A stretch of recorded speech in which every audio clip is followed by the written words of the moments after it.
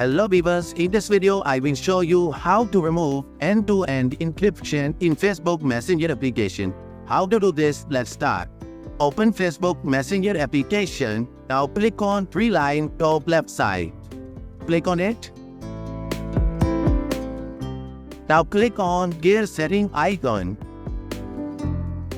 Scroll down the page until you find here privacy and safety option. Click on it. Now click on end-to-end encrypted chat. Now find here security alert and click on it.